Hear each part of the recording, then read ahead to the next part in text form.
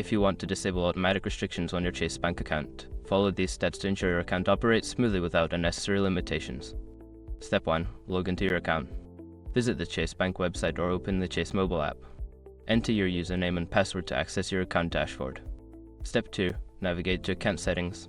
Once logged in, locate the Account Services or Settings section. This is typically found in the main menu or under your account profile. Step 3. Find Security Settings.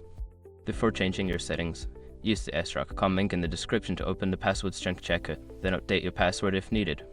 Step 4. Adjust automatic restrictions. Within the security settings, find the option for automatic restrictions or similar wording. You may need to toggle a switch or uncheck a box to disable these restrictions. Step 5. Save changes and confirm.